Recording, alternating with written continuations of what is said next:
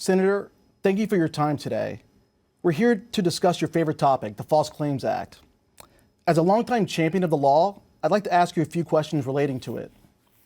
What amendments to the False Claims Act are being considered? Well, last Congress, my amendment to strengthen the False Claims Act was actually passed out of Judiciary Committee. The title of the bill is the False Claims Amendment Act of 2021. Unfortunately, as happens so many times, leadership didn't schedule a vote on this very important piece of legislation. So like you have to do after every Congress has ended and your bill hasn't passed, it's reintroduced. So I'm going to reintroduce it, and I'm going to continue to work in this new Congress to ensure the passage of this legislation. Both before and after you introduce legislation, such as a False Claims Act amendment, from whom do you seek advice on statutory language? Everyone at this conference has some tweaks they'd love to make, I'm guessing. How can they engage you and your staff? Via organizations? From whom do you want to hear? Well, first of all, don't be bashful, because any time that I introduce legislation on this or any other bill, I seek advice from all sorts of differing viewpoints. For example, when I introduced the False Claims Amendment Act last Congress, my staff spoke with the Department of Justice, plaintiffs' attorneys, defense attorneys, and representatives from the pharmaceutical industry, the hospital associations, and the U.S. Chamber of Commerce, just to name a few. And if we hadn't sought those stakeholders out, they probably would have come to us anyway. But I think it's my responsibility to give as much information as I can before I introduce. So as a result, no stakeholder group who sought an audience with my staff was turned down or will be turned down. One of the things the Supreme Court is supposed to do is to interpret the law based, in part, on congressional intent. In False Claims Act cases, you speak with unique authority in this regard. When you've taken the time to explain to the court the intent of the False Claims Act amendments that you've written, how seriously should they weigh your point of view, do you think? And how maddening is it if they interpret the law contrary to your own intent as the author, as was arguably the case in Escobar? Well, of course, every senator wants the courts to just look at every word we say about a bill. But, congressional intent is very important. But we first of all know the courts have a very high responsibility to focus first and foremost on the text of the statute. In many instances, they don't do that.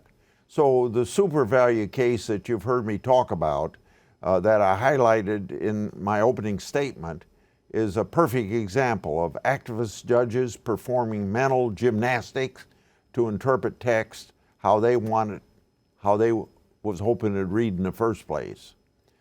In instances where the statutory text is crystal clear, such as this, one can argue that congressional intent is well understood. I often speak out on bad case law because I believe the courts aren't following the text of the statute. In other instances where the text is perhaps not as clear as I would have liked, I'll speak out to explain the intent behind the text. So as the author of the 1986 amendments, I believe I'm uniquely positioned to provide insight into the intent behind the law. Some of the defense lawyers listening today believe that the damages and penalties in the False Claims Act are so overpowered that their clients simply can't risk a jury trial, even if that means agreeing to a settlement in a case where they sincerely believe there was no wrongdoing. Do you worry about the possibility of that sort of injustice? Now, these are favorable and very pertinent arguments that I hear all the time. But I've been hearing these arguments for a long time, dating back to even the original 1986 amendments. The truth that defense lawyers don't want to tell you is that many companies factor in fines and judgments against them as part of the cost of doing business. If a fine or a penalty is too low, A company will calculate how often they're likely to get caught and how much the fine will be. If they're able to turn a profit larger than the expected fines, they're most likely to defraud the government. The purpose of the False Claims Act is both to recover money lost to fraud and to deter fraud at the same time. The penalties of the False Claims Act serve to deter fraud, and there's not one person who can say with a straight face that it hasn't worked to deter fraud. Finally, can you reflect for just a minute on your personal responsibility for a law that have returned literally tens of billions to the U.S. government? By any standard, that's a lot of money. How does it rank with your other legislative achievements?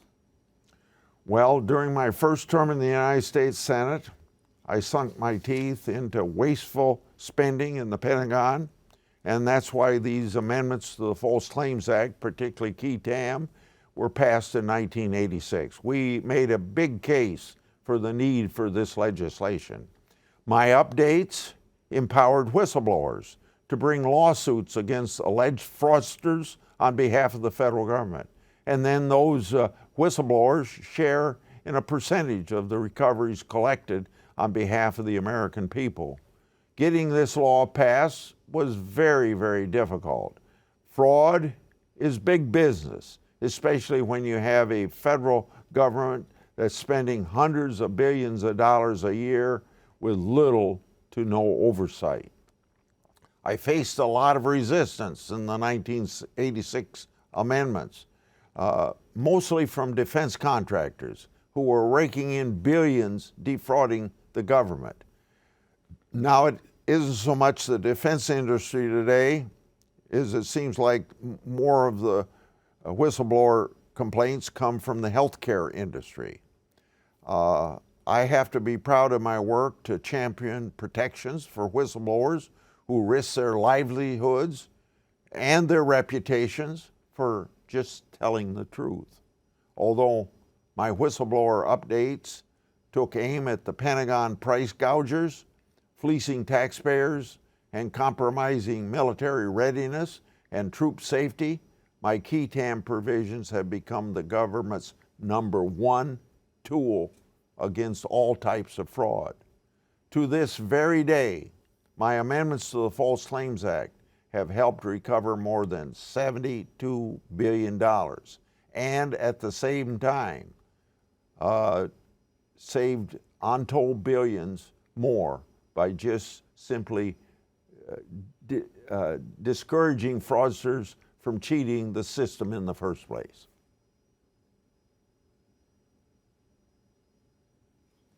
Thank you.